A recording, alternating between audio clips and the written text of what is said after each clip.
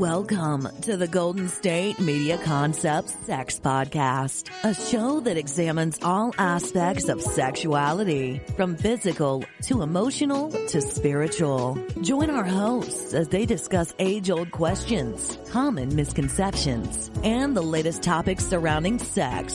They'll tackle topics about sexuality from the complicated to the hilarious and everything in between. GSMC Sex Podcast is your show for all of your questions about sex, even some you might not have thought of yet.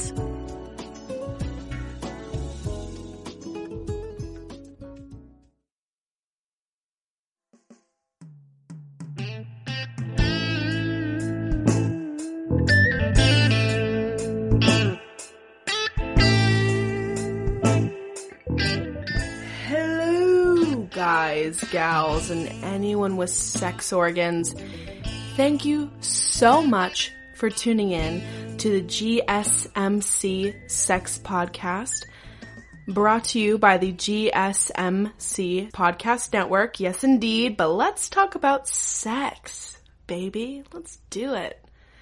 I'm your host, Mariel, and today we're going to talk about one of the funnest subjects on planet Earth, coming to college as a virgin. You've heard stories, you've seen movies, it happens, it's real. And it also happens to a lot of us, I will admit. That was me. That was 100% me. At 18 years old, coming into college as a freshman, I was as virgin as they come, as virginal as they come. I was not touched by any man or any woman at all. Myself, yes, but no one else. It was a barren wasteland for a hot second. Honestly, if you looked up an uninhabitable wild land in the USA, but with potential for a lot of growth, that was me. That was my vagina, I will say. And there would be a picture of me and arrows pointing to my crotch. That would be what it was when you looked up uninhabitable wildland. This picture of me and arrows pointing to my crotch.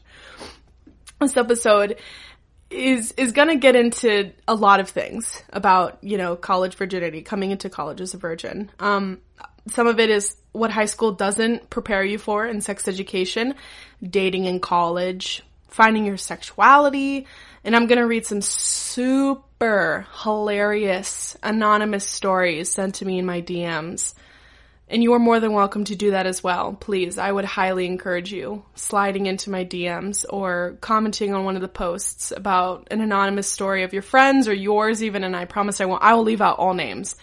But it's going to be hilarious. And then stick around to the very last segment. I'm going to be giving you my top 10 things to do to prepare for sex for the first time in college. You're going to get a little bit of that. A recent, from me, a recent college graduate from a Jesuit university is going to give you tips to prepare for sex for the first time. Yeah, it's ludicrous how that sounds, but it's going to be hilarious. But before I get into it, being a virgin by any means is so different to it means so many different things to so many different people. I'll be talking about virginity as being penetrated by a man or someone with male sexual organs, or a woman, someone with female sexual organs. So this could mean by means of penis, tongue, finger, toys, all that jazz. So just want to clear that up before we get started. I think we all can agree that high school sex education is an absolute joke. It is insane, especially in the USA. It is awful. It's just like so many people they make jokes about it. Like, on Comedy Central, on one of the shows, they were like, sex education in schools are so bad that 50% of the women are getting pregnant. Like, that was the joke.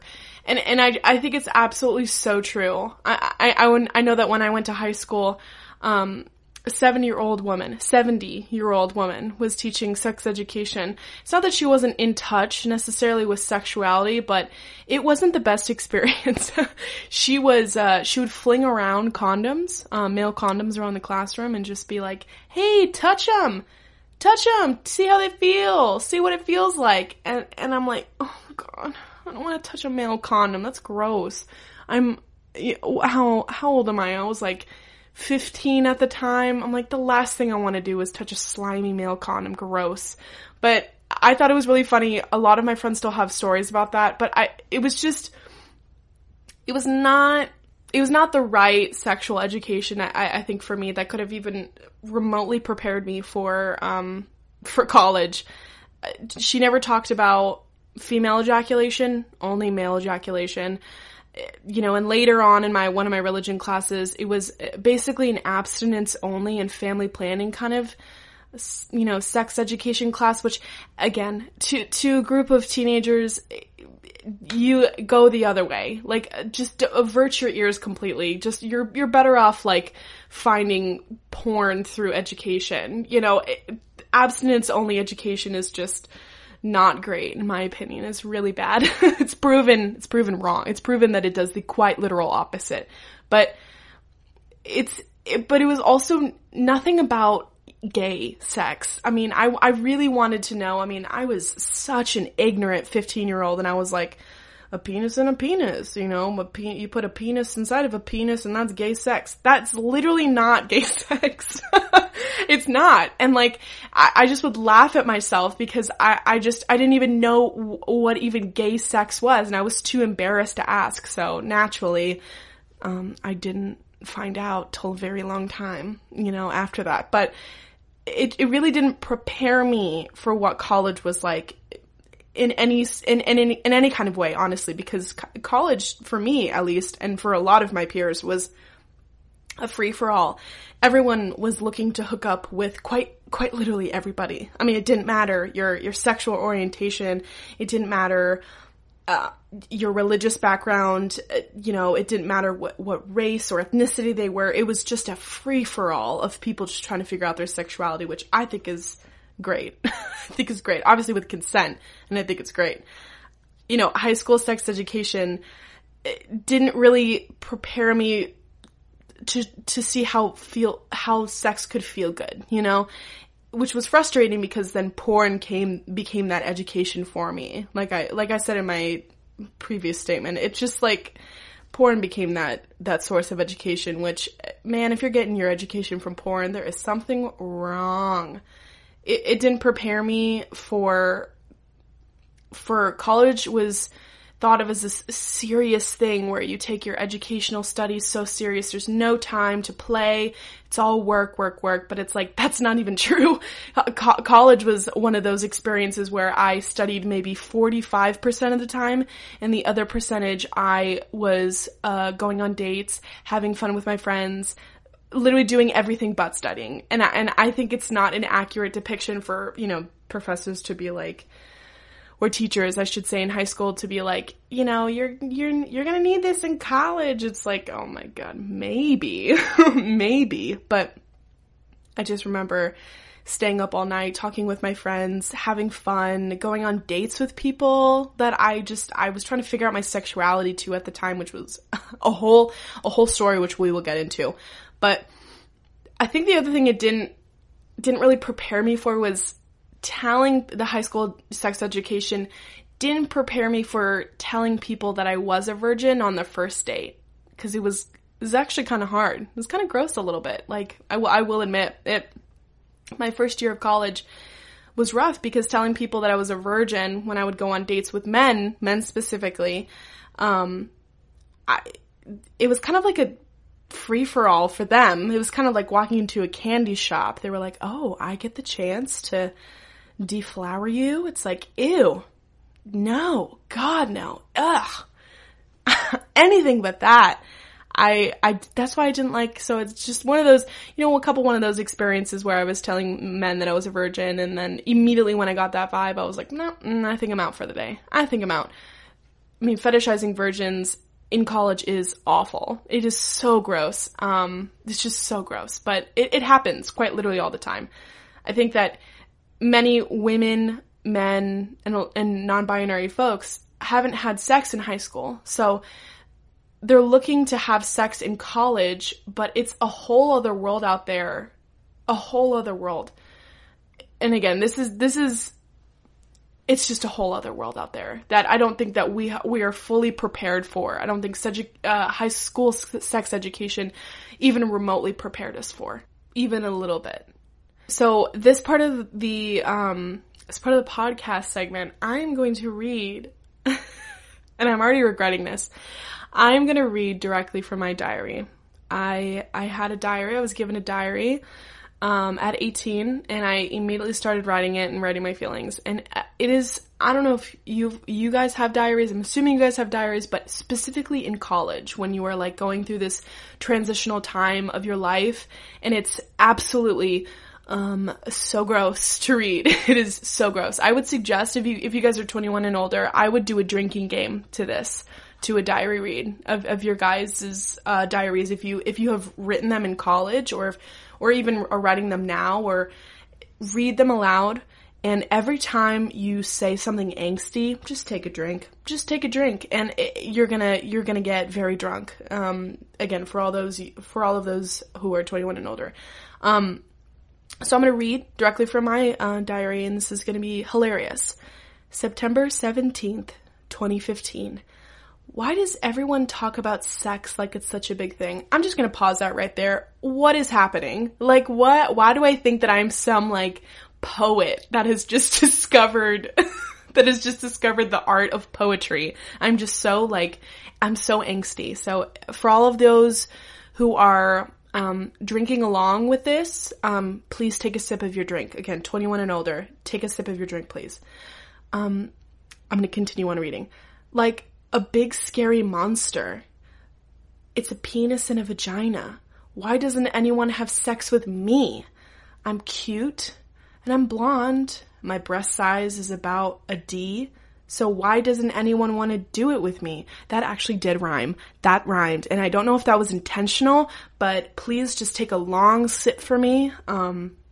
Show some solidarity for a girl, because that was rough. I don't know what I'm thinking, but I'm obviously 18, so I'm incredibly angsty. Okay, let me just continue on with this. I want to get it over with as soon as possible. I have a guy from my hometown that says he'd gladly do it, but I don't know if I trust him yet. IDK dude, it's like I want to do it and get it over with, but I don't want it to hurt. I want to do it with someone I trust? ? This whole thing is whack. I'm going to bed. And that's the end of that. I'm not even going to read anymore because, like, it just gets so angsty. I promise you this is directly from my diary as an 18-year-old. What kind of 18-year-old says stuff like this? But you know what? I don't know. Maybe that's other people. Please let me know. If type down in the comments or wherever you're listening this to, DM me, wherever you can find me. You can find me somewhere. But message me and tell me if this is your life too as an 18-year-old, because this is just awful. This is really bad. Okay, so I just wanted to have sex so badly. I was so thirsty being like, I was just so interested in sex, but I just really didn't want it to hurt, and I really didn't want to do it with somebody I didn't know. So after I got over my fear of sex, that high school 100% instilled in me was a big part of it, I'll say. I had sex for the first time in college, and that was a story in and of itself. Again, I'm going to paint you a picture here, like I will always do now. I was sitting on my twin mattress in my college dorm room. The mattress was wafer thin, like cracker thin. You could break your back on it. And I had messaged this senior for my international studies class and was like, I kind of want to have sex with you. And he's like, all right, let's do it. I'm like, great, okay. So I'm freaking out. I'm sitting on my mattress, again, my wafer thin mattress, just like, is this really gonna happen? So he comes over, and just immediately, it's just like right off the bat. Like, there was no foreplay, there was nothing really solid going on there. Just a bunch of like thrusting, just really just uneducated sex. So bad. It was so bad. But my roommate actually came in, and I didn't know that she was going to come home, and I had properly sent her a message and was like, hey, I'm having sex for my first time. Can you please just not enter the door? Just don't come in here. If you hear things, just please ignore them. I'm just trying to get this over with. I'm just trying to do my due, So she peeks her head in, and she's like, is everyone having fun in here? And I could have sworn red just all over my face. I was so embarrassed. I was like a lobster. And not to mention in there, it smelled so musky. It was so gross. Why didn't we open a window? Why? I don't know. I was nervous. So nervous. But it was fun. It was fun, I will admit. But I don't know. I think I wish I would have done it differently.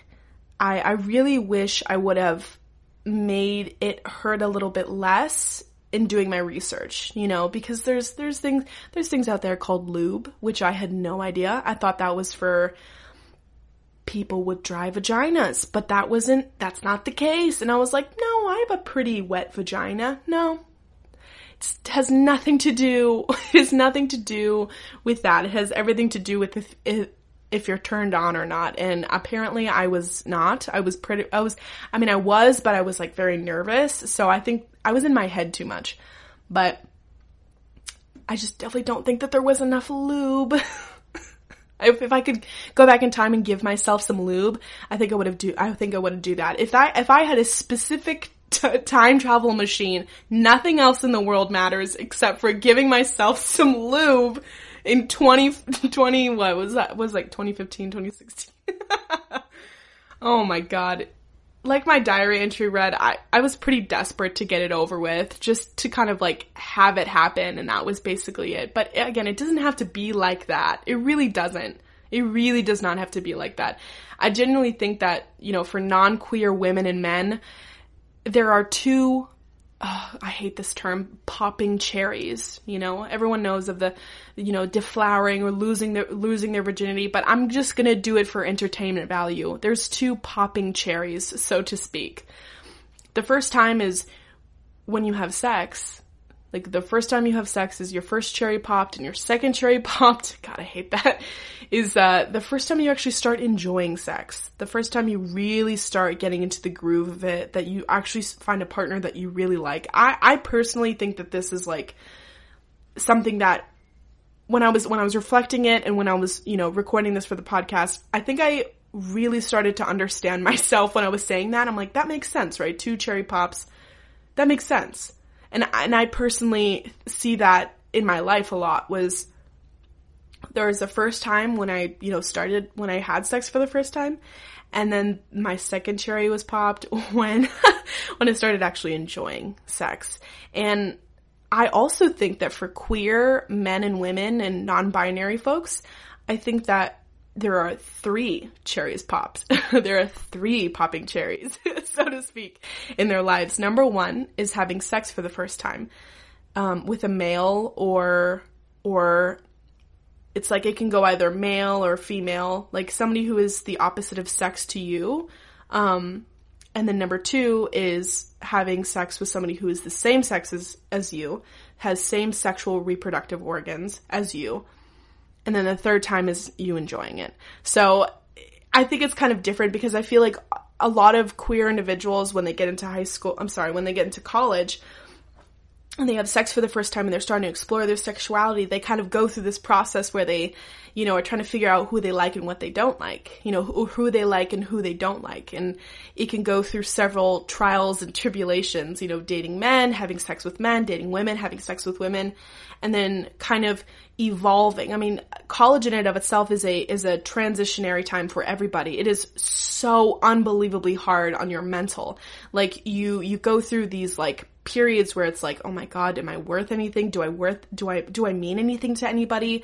And then the next day you're like, I am amazing. I got an A on my paper. I am boy genius. I am amazing. So it's like those two, it's such a dichotomy, honestly. It's just such an up and down too. It's just insane.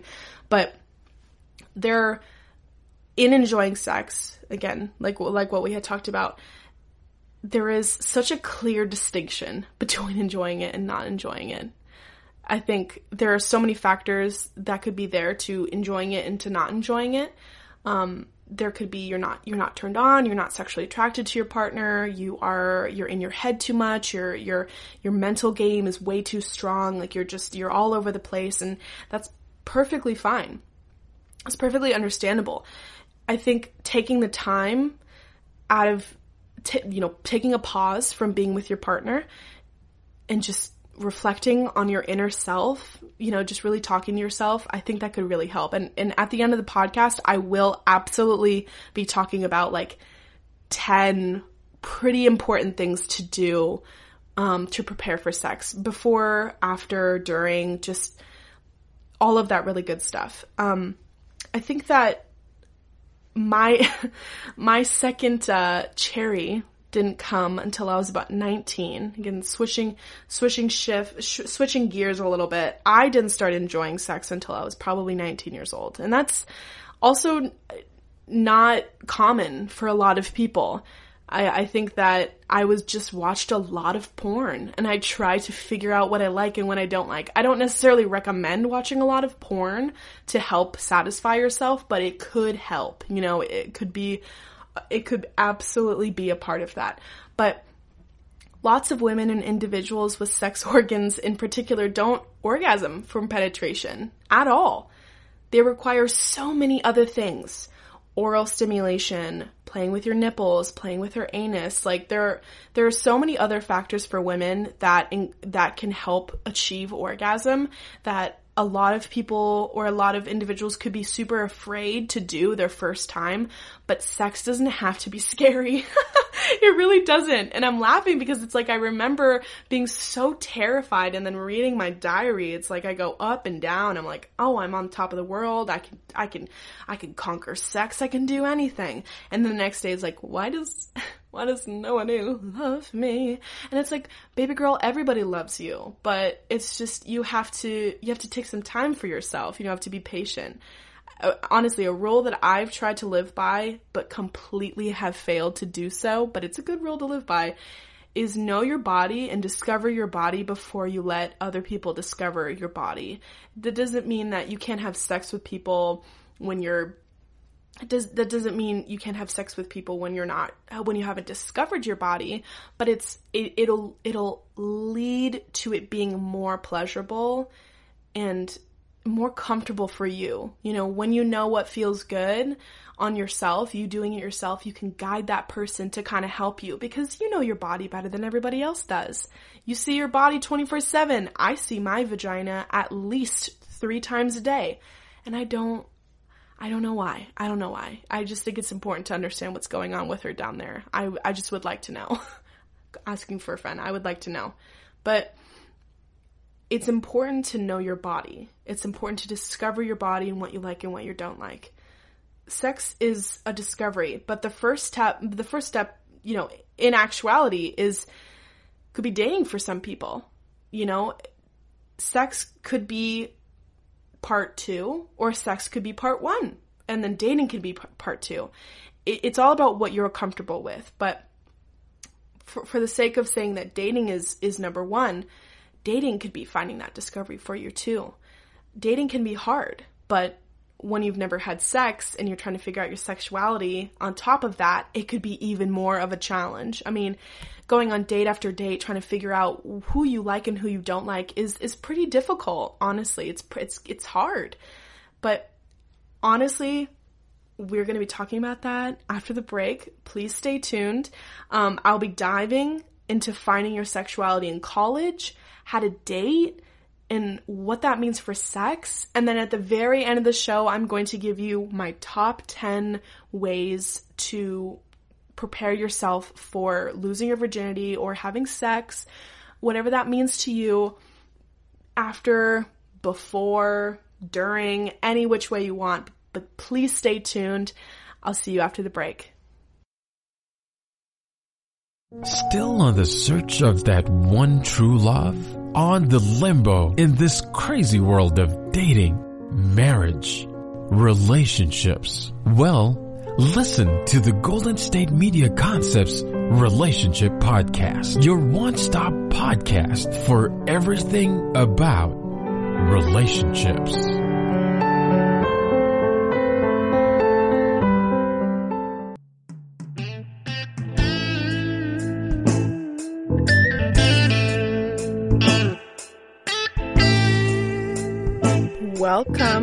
Welcome back to the GSMC Sex Podcast. I am your host, Mariel, and yes, I'm here to talk about all things sex, sexuality, from the kinky to the questionable. I'm here for it. If you have any suggestions as to what you want to listen to, please send a carrier pigeon to my apartment. Tell your mom to tell my mom to then tell me. Send a message in the sky, or just leave a comment. I will absolutely respond to it. If you want to tell us a story and have it mentioned in the next episode, I am here for it. DM us on Twitter at GSMC Podcast. We love to hear it. I would absolutely love to hear this. Last segment, we talked about being a virgin in college, what high school sex education doesn't prepare you for, and how there are different kinds of like popping your cherry, you know, even to queer and straight individuals. It's all pretty much, you know, it's different. And I also read from my diary, so that's fun. Today we're going to talk about, or in this segment, we're going to talk about dating in college and finding your sexuality as a virgin. There's so many different clubs out there to join, like speech and debate, film, sorority, Pokemon, acapella. You know, acapella, there's a club out there for everybody. You like that? I did a little singing for you. Go find it. There are clubs for everybody. You can meet a lot of like-minded people there they're willing to talk about whatever they want. I met one of my best friends in a film club my sophomore year. We talked about everything about film. Everything. We immediately clicked. And we also talked about how sexually inexperienced we were. Yeah, super sexually inexperienced. But we were looking for friends and we found each other. And we went to this party, and we went to this party, and there is actually where I met one of the individuals who would go on to pop my second cherry. So I remember how I talked about my first cherry, or your first cherry, being popped for losing your virginity. The second for straight individuals, or for only individuals that want to experiment with the opposite sex or opposite sex organs, you have two cherries. One of them virginity, and then the second one is actually enjoying sex. So that individual would then go on to pop my second cherry. Because at the time I only dated men. I only had sex with men, and I only dated men. But it was enjoyable because I was able to figure out what I liked and what I didn't like. Like what was so enjoyable about that one thing, you know, that one thing that he did, or the one thing that I did to myself while he was, you know, penetrating me. So it's one of those things that you kind of have to take a step back and kind of like look at, you know, really just look within yourself. I know that sounds really stupid, but take a step back, look at the event, and why was it pleasurable? So I kind of did that before, during, and after, and I realized that we had good sexual chemistry, and he was also very patient with me. So what I wanted to do in the next time I dated somebody, or the next time I went to go have sex with somebody, was that I wanted to take that kind of same energy with me. And after that, sex started to become very enjoyable for me. And that's why I had a lot of it. I had a lot of sex and I dated a lot of people. But college clubs and groups are amazing to find that particular somebody that could, you know, that you could lose your virginity to, or that you can lose your second virginity to, so to speak. Or, you know, in terms of being queer, you can experiment with other, you know, genders, other sexualities. You can kind of do whatever you want to. But it's kind of funny that that same club, you know, speaking of like different kind of sexualities, that same club kind of helped me realize that I was gay. It's kind of interesting because, you know, I met the same person that would go on to help me have enjoyable sex. And then in addition to in the same club, I realized that I really liked women as well, like really liked women. So that's fun. So that was like a fun little thing that it all stemmed from a college club. So when you go to college, finding people in classes, in clubs, going to mixers or events that are at the specific, or just going to, a restaurant on campus, finding those kind of people it's really not that hard to find. College, to me, is kind of like an all-you-can-eat buffet, you know? There's a myriad of different people from all different walks of life all together in one place, and it's kind of like it's there for your picking, your choosing. It's literally right in front of you. And sometimes it could be a little bit scary, I will say, but it doesn't have to be scary. It really doesn't have to be scary.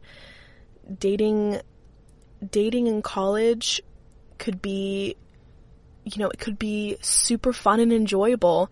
You could want to date for sex. You could want to date to find a relationship. You can want to date to find a study partner. Who knows? You can really do whatever you want to because it's your life, you know? My sophomore year, I went on so many dates with so many different men. From seniors to freshmen to sophomores, juniors, basically everybody, you know, from classmates to people that I found in lunch lines to friends of friends to I tried to date TAs. I really just wanted to give myself just a nice, healthy helping of men. And I know that sounds a little ridiculous, but I really just wanted to give myself that opportunity to find people that I really wanted to surround myself with, but also people that I knew were going to give me incredible sex. I was really hungry for that. You know, once I had that experience where I can finally have good sex, I realized what the formula for that was, and then I was like, okay, I'm just going to apply it to every single person I meet. Every person I meet. That's why I vetted so heavily. That's why I talked so in depth with these people, with these men who I went on dates with. I made sure I vetted them. I made sure I that we had good chemistry, that they were in it for the right reasons. You know, it sounds kind of corny, but it was kind of like a game show. It's like, who's behind door number 3, bachelor number 1, or bachelor number 2. It was honestly kind of like that. I really wanted to make sure that I was putting myself in a good position to where I can get myself sexually to the next level. And I know that sounds a little ridiculous at 19, but I did not waste any time. I will guarantee you that I really did not waste any time. I wanted sex to feel good. I really did. So I kind of went wherever on college to find that. kind of wherever. But it wasn't until my junior year where I popped my third cherry, so to speak. So again, going back to that, the first segment, queer women and queer men kind of go through this process where they pop these 3 cherries, so to speak. First is having sex with somebody who is of the opposite sex or opposite sexual organs. And then the second thing is having pleasurable sex for the first time.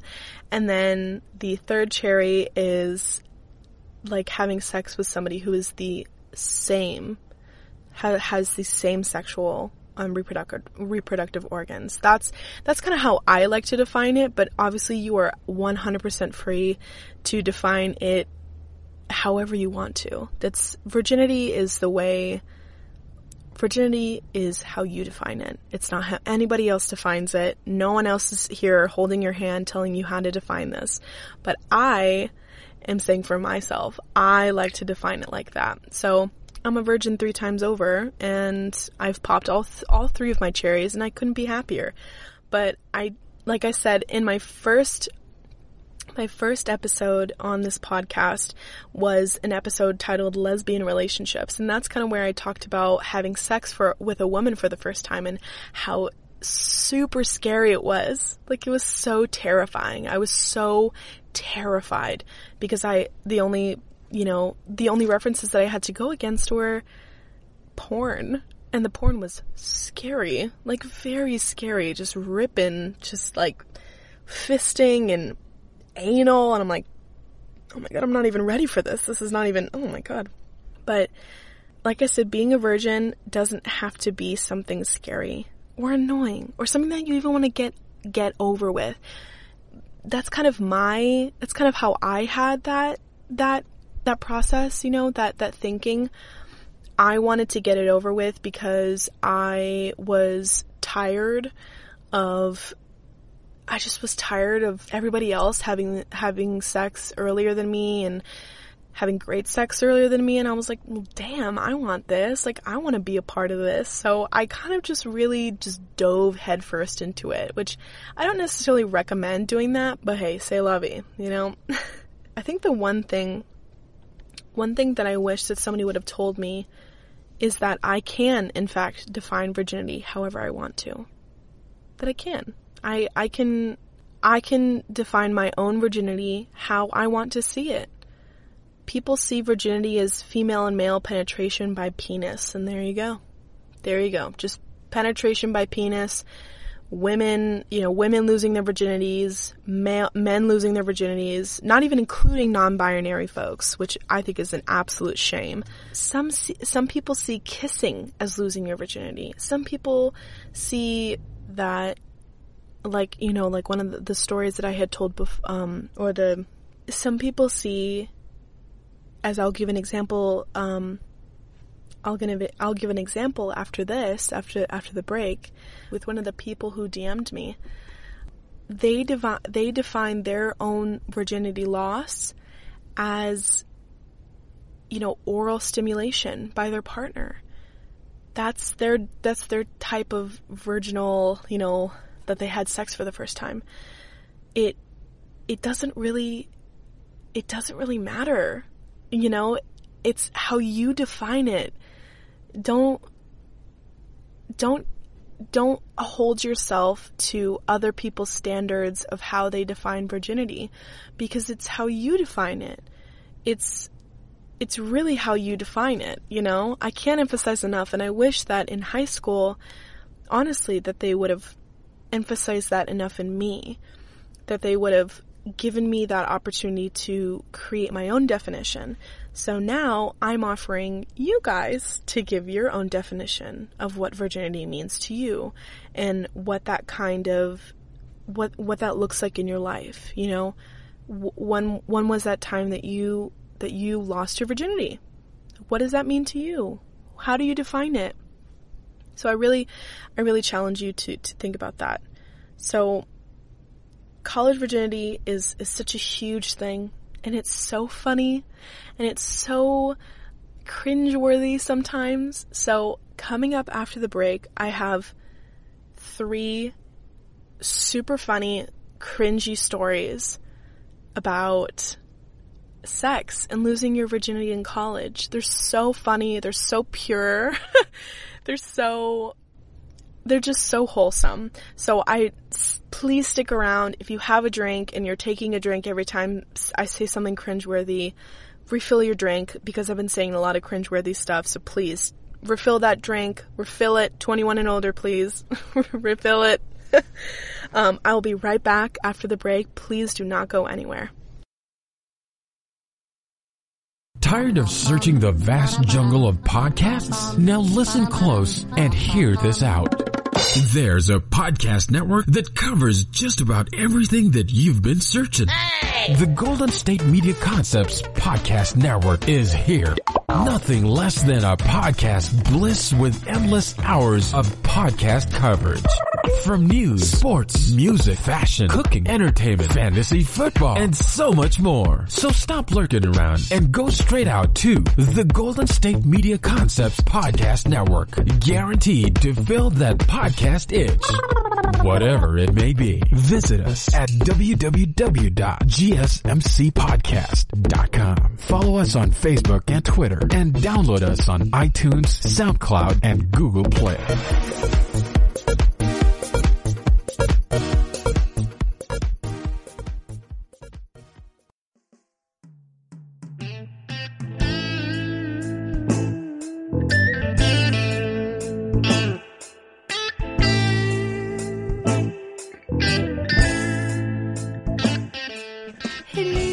Everyone, while I was on my break, I pet my cat, chugged some coffee, peed, and now I'm back and better than ever. Charged and ready to give you the funniest stories from people who have DM'd me, my friends included, losing their virginity in college. And at the end of the show, I'm going to talk about my top 10 ways to prepare for sex for the first time, or just sex in general. If you have just a regularly anxious time having sex, I can guarantee you that these tips will help soothe you, will really help soothe you. I use them when I'm like kind of, sort of iffy, when I'm doing my little anxiety thing and, I'm really getting in my mind. It really does help. So I asked my friends, also people on my Facebook page, to DM me their funny, cringy stories about losing their virginities, and they delivered. Oh, did they deliver? This story is about my friend's first time popping her cherry. Again, I hate that. It's like losing her virginity or having sex for the first time. Let's use that one instead of popping cherry. She identifies as pansexual. Which, again, like I said, which means you're basically attracted to everybody. It doesn't matter their sexual orientation or their sexual organs. So she DMs me and says, "Hey, Mariel, so this is actually a funny story. The real first time I had sex with a guy was at St. Mary's, which is the college that she went to. I really wanted to see what sex with a man was like, so I straight up asked this guy, who was kind of my friend. I sat him down and told him I had a favor to ask him, and just asked him right then and there. He said yes, so we literally set up a day and time. I think we even rescheduled a couple times. And then the night of, I was really, really, really nervous, so I convinced my best friend to hang out with us beforehand. So he offered us drinks and some weed, and we went and smoked together in his car. But I didn't realize how strong his weed was, and I was so nervous, so I smoked way too much. But by the time it was actually, time for sex, I was not about to back down. I think I even said, "Mama didn't raise no bitch," to myself out loud in front of both of them. Knowing her, I do believe that she said that out loud. Sorry, side note. My friend and my partner, so I said it in front of them. Anyways, after discreetly checking to make sure I was okay, my friend excused herself and me, and this guy and I went up to his dorm room, and honestly, it was great sex. The next year, he came out as gay.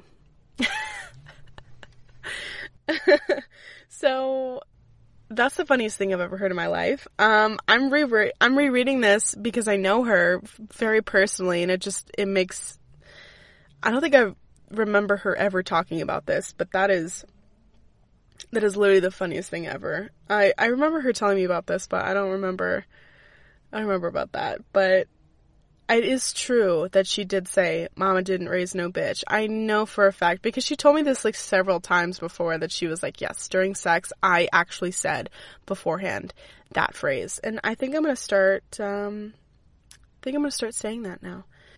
Yeah, I definitely think that's one of my favorite stories from her that she has about a sexual experience. There are so many things that we can do to ease our anxiety towards sex. Obviously, I recommend when you're 21, you can drink a glass of wine to calm your nerves. You can smoke some weed to calm your senses, maybe some CBD oil.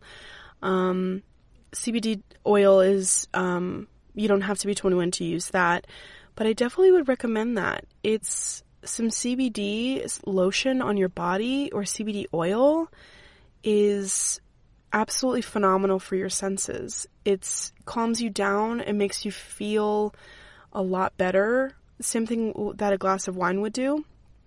But also try using other things instead of these substances, instead of wine or CBD or weed.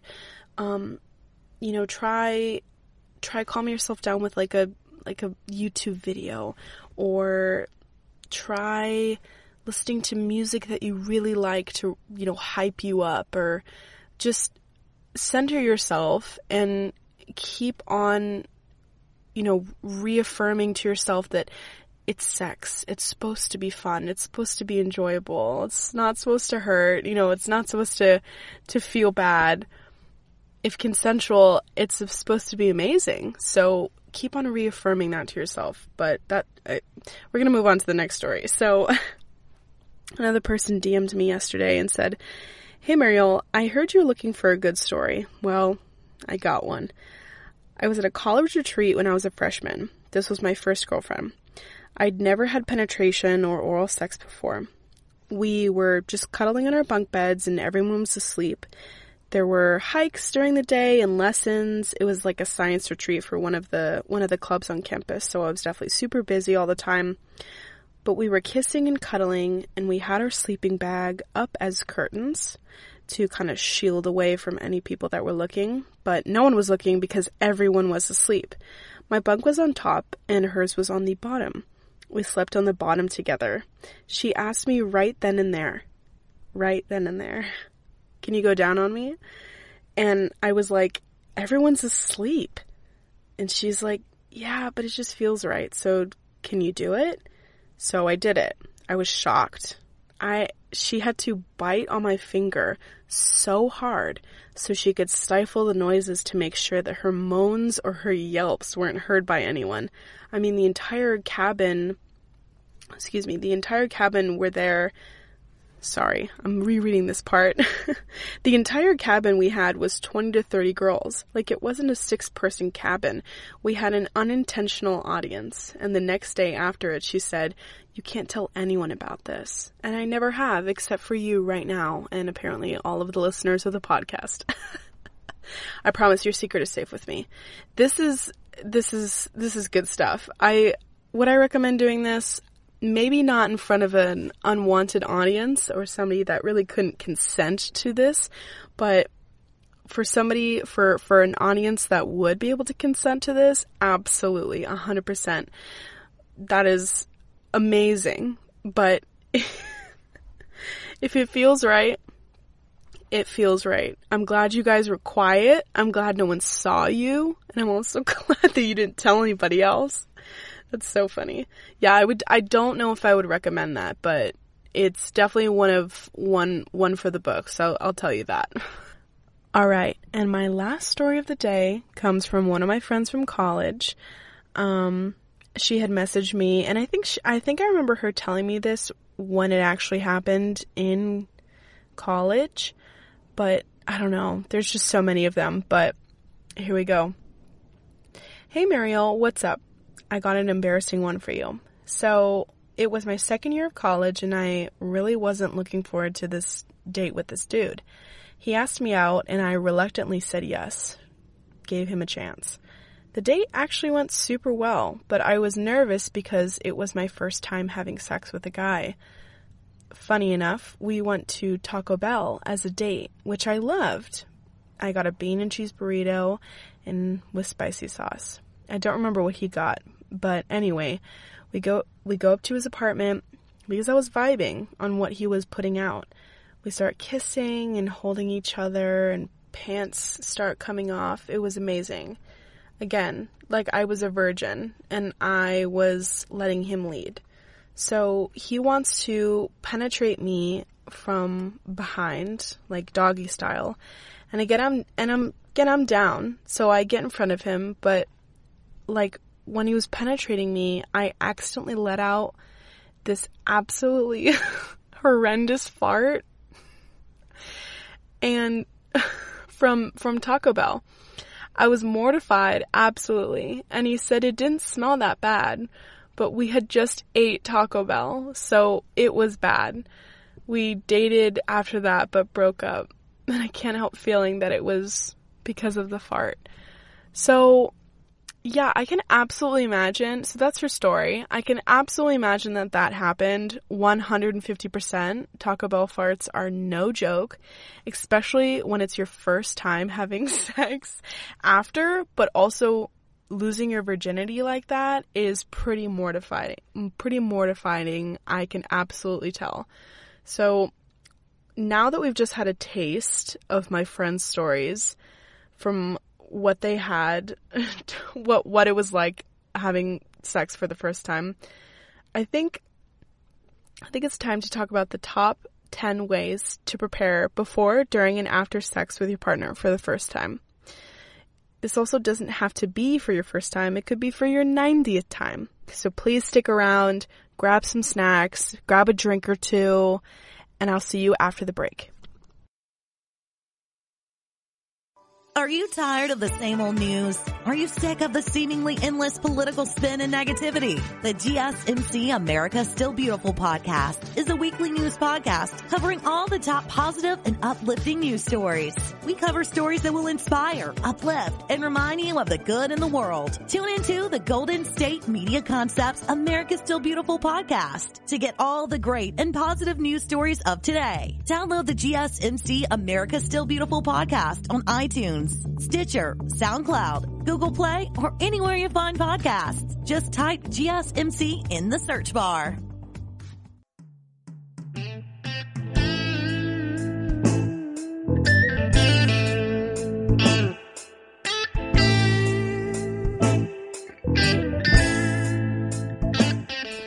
What is up, ladies and gentlemen, and anyone with sex organs? Welcome back to the GSMC Sex Podcast, hosted by me, Mariel. Don't forget to subscribe to our podcast and comment. It helps us know who our audience is and help others find this podcast too.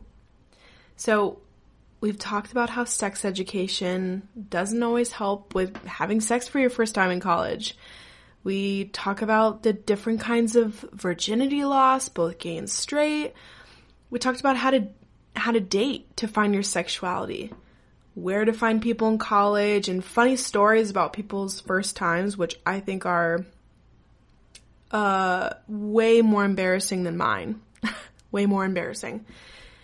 But for our last segment, picture this. Picture this. You're about to have sex with your partner for your first time. Your mind is going everywhere, 1,000,000 times a minute. You don't know if it will be pleasurable or painful. I mean, you've explored down there, right? It should be fine. Yes, it'll be fine. It'll be fine. Everything will be fine. Take a few deep breaths.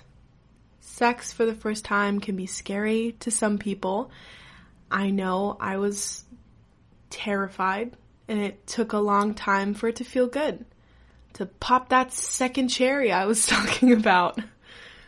But let's explore some ways that you can prepare, before, during, after sex.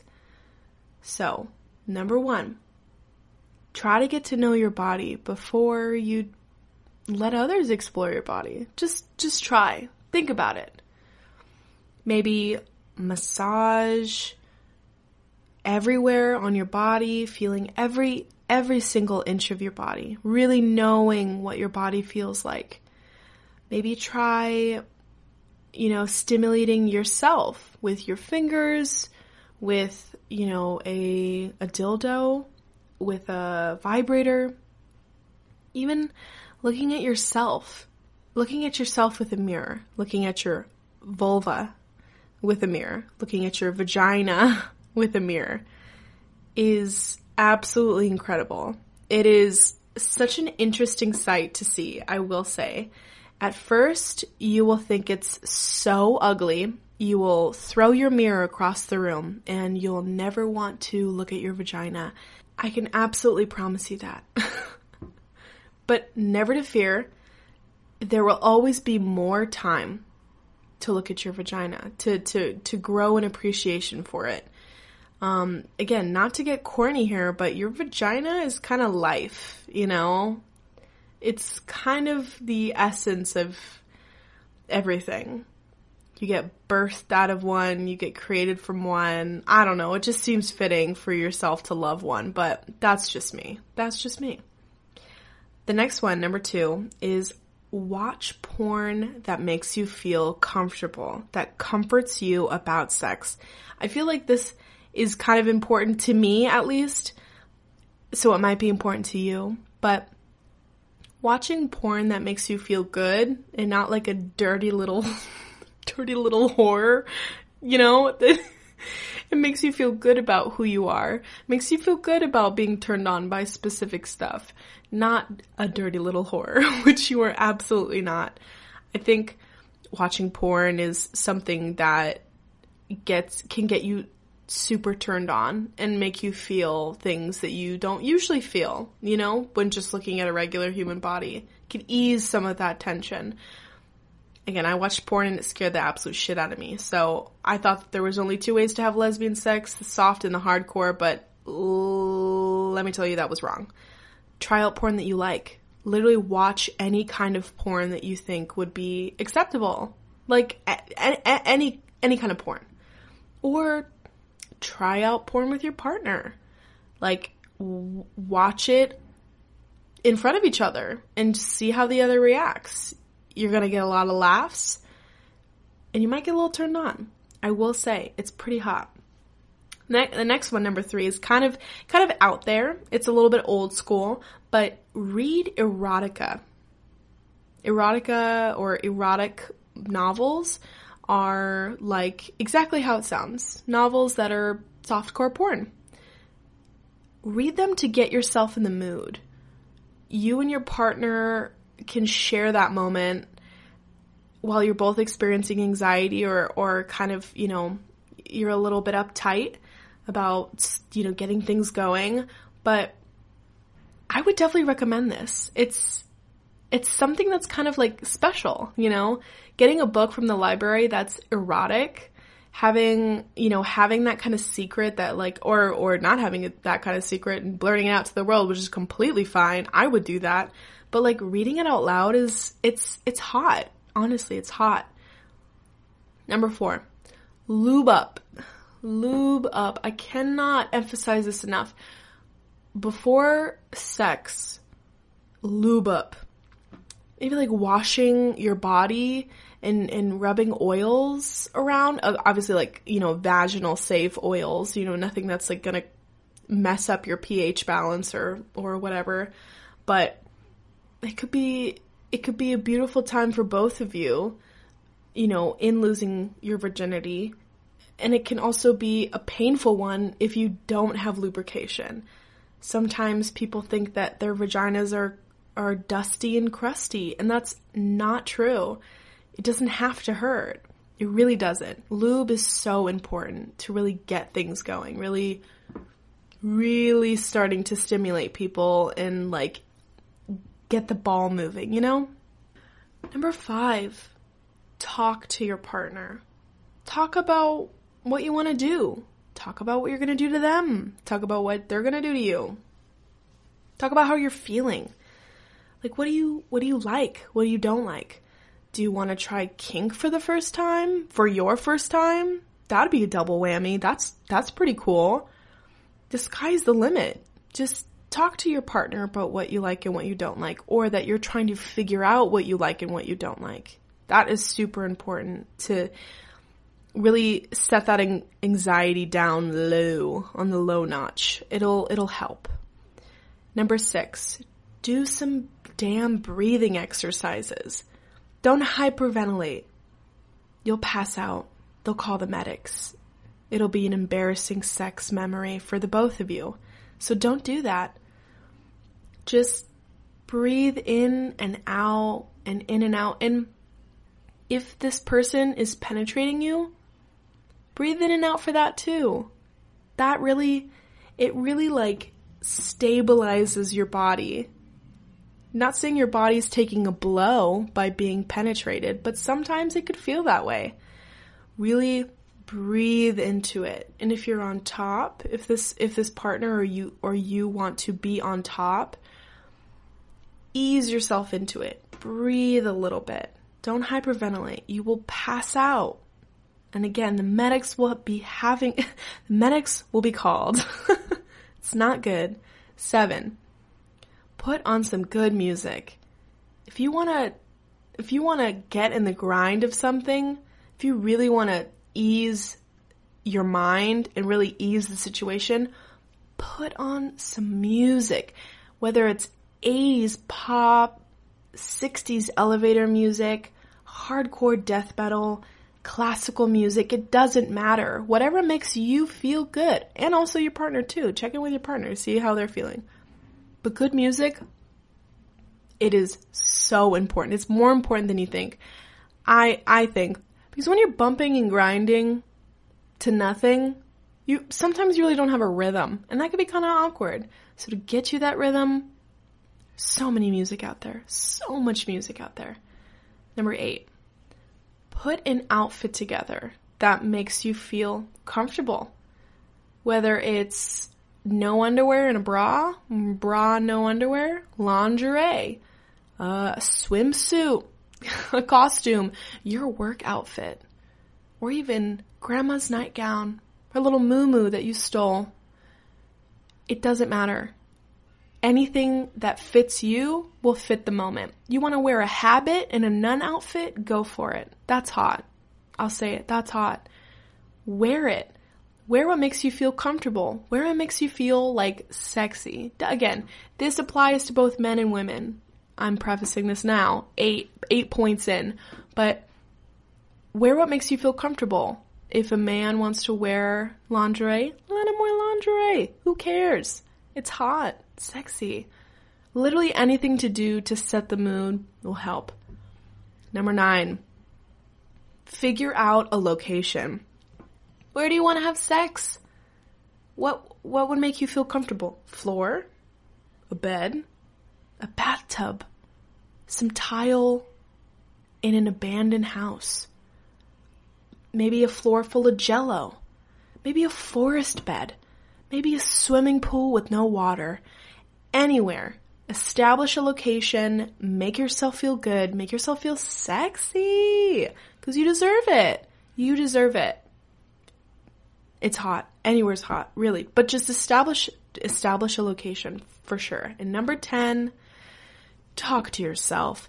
You know that little voice in your head that's like, you're never gonna be good enough. Tell her to shut up, or tell him to shut up, or tell them to shut up. Just tell them to shut up.